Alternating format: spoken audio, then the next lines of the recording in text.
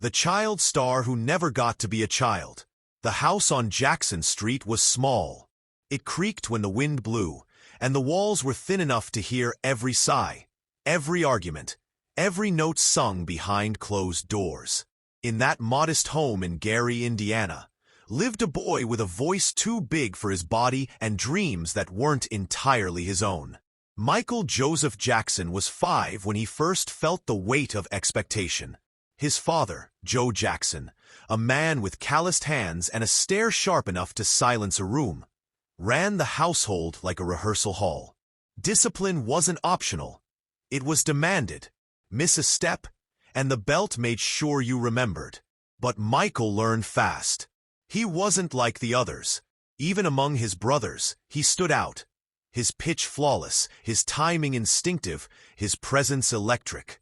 When the Jackson 5 performed for the first time in a school auditorium, the crowd cheered for the group. But their eyes always settled on the little boy in the center. By the age of 6, Michael was working, not in a classroom or a playground, but on stages, in smoky nightclubs, beneath spotlights brighter than any sun he'd known. While other kids were learning to ride bikes, he was learning to moonwalk through pressure, pain, and perfection. The crowds loved him. So did the cameras.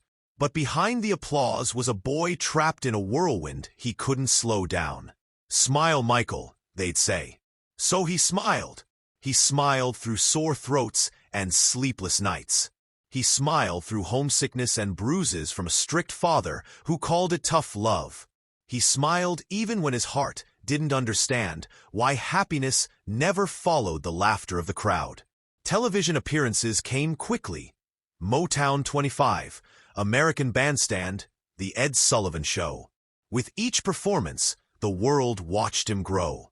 But behind the glittering eyes was a loneliness few could imagine. Fame was supposed to be a dream. For Michael, it was a cage lined with gold. He'd press his face against hotel windows, looking down at parks he couldn't visit, kids he couldn't play with, a world that didn't belong to him anymore. Every friend he tried to make wanted an autograph. Every adult wanted a contract. He sang about love long before he understood it. He danced with joy while learning how to carry sadness in silence. And somewhere in the climb to stardom, the boy disappeared, and the icon began to form. Yet even in those early days, one question echoed through his mind like the chorus of an unfinished song. If they love me so much, why do I feel so alone? The world had fallen in love with Michael Jackson, but no one had asked if Michael ever got the chance to love himself. The price of perfection. Success didn't feel like freedom. For Michael, it felt like pressure in a new disguise, sleeker, louder, more demanding. With Off the Wall, he had earned respect. With Thriller, he became immortal. But each hit song stitched tighter the golden straitjacket he now wore. He couldn't just be great anymore. He had to be better than himself. Alone in the studio, he chased sound like a man possessed. Every beat, every breath, every syllable, perfect or nothing. He rewrote songs until they bled. He practiced dances until his feet blistered. The boy who once danced for joy now danced to survive the weight of expectation. But as his fame grew, so did the distance between Michael and the world outside his music. He looked in the mirror and no longer recognized the reflection. His skin, once a smooth mocha, began to pale. Vitiligo, the doctor said, a condition that slowly erased the pigment from his body. But to the press, it was something else. Denial, shame, a man running from his race. The tabloids branded him a liar. Wacko Jacko, they called him, a cruel nickname that followed him like a shadow. He tried to explain, once, sat down with Oprah under the hot studio lights and told the truth. But truth is boring. Scandal sells. And no matter what he said, the world had already written its version of him. Behind the gates of Neverland, he built a fantasy, a private amusement park, a zoo, movie theaters, everything a child could want. Except Michael was no longer a child. He was a grown man trying to reclaim something that had been stolen from him long ago. Inside Neverland, he was safe. Outside, he was hunted. Bodyguards replaced friends. Lawyers replaced mentors. Every conversation carried a price tag. Every smile came with suspicion. Was it real? Was it rehearsed? He wore masks in public, not just on his face, but on his soul. With strangers, he was polite. With crowds, dazzling. But in silence, he was a man unraveling. The central conflict was no longer the public versus the performer. It was Michael versus Michael. One voice whispered, "You're still that little boy from Gary, Indiana. Love, talented, good." The other screamed, "They don't see you. They see a myth. And you'll never be enough." He tried to fill the void with music, with giving, with spectacle. But the applause, once healing, now echoed like an empty drum. What do you do when the world demands a god? But you're just a man. He stood on top of the world, surrounded by trophies, yet aching for something no award could offer. Peace. The fall. Accusations, trials, and isolation.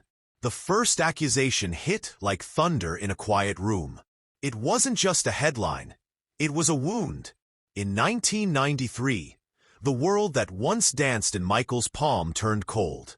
A young boy, once welcomed into Neverland like a guest in a fairy tale, now stood at the center of a nightmare. Michael denied everything. He cried in interviews. He begged the world to see him, to believe him. But innocence, once doubted, is rarely recovered. The media feasted on the scandal. They didn't need proof. They needed a spectacle. And Michael was the perfect target. Cameras followed his every move, eyes pried through every window, and whispers became louder than facts. His health faltered under the pressure. He collapsed during rehearsals, fled the country to escape the storm, and returned to a world that no longer felt like home. The case settled out of court, a legal decision, not an admission of guilt, but a desperate attempt to silence the chaos. Still, the damage was done. For many, the doubt had already taken root. Years passed. The music continued, but something had changed. His eyes, once full of wonder, now held shadows. His performances remained dazzling, but behind them, the man grew frail. He wore layers of makeup and clothing, not for fashion, but for armor. And then, in 2005, the storm returned. This time, it wasn't just a claim. It was a trial. A courtroom filled with flashing bulbs, sharpened words, and cold stares. Michael sat pale and trembling, his body failing, his soul exhausted. Prosecutors painted him as a monster. Supporters swore he was being hunted. But the cameras didn't care about truth. They fed on drama. Day after day, he faced humiliation. Stories spun out of context. Every look, every cough, every gesture dissected. He was no longer a man on trial. He was a symbol, a headline, a punching bag. Inside the courtroom, the truth fought for air. Outside, the world chose sides. After months of torment, the verdict came. Not guilty. Tears fell down his cheeks, but not from joy. It wasn't vindication. It was survival. He left the courthouse a free man, but something inside him had broken. Neverland, once a place of imagination, stood empty. The laughter was gone. The gates rusted. The carousel collected dust. It was no longer a refuge. It was a graveyard of what could have been. He withdrew from the world, deeper than ever before. Friends faded. Business ties frayed. His voice, once the sound of a generation, grew quiet. And in that silence, a bitter truth settled in. They hadn't just tried to destroy his career. They had shattered his spirit. The final curtain, death, legacy, and redemption. On June 25, 2009, the music stopped. News broke like glass, Michael Jackson, dead at 50. Cardiac arrest. Propofol. A private mansion in Los Angeles. The headlines blared, but the world went silent. Millions froze, disbelieving. Could the man who never seemed real truly be gone? Crowds gathered outside hospitals, radio stations, and his childhood home. Fans wept openly in the streets. Candlelit vigils circled the globe. From Tokyo to Lagos, London to Sao Paulo, strangers sang the same songs. Heal the world, man in the mirror, you are not alone. In death, something shifted. The noise of scandal faded. The accusations, the lawsuits, the tabloid venom, suddenly felt small compared to the immensity of what had been lost. The world remembered the boy with the golden voice, the man who moonwalked across stages and into history, the artist who gave everything, perhaps too much. Behind the tragedy was a complicated truth. Michael had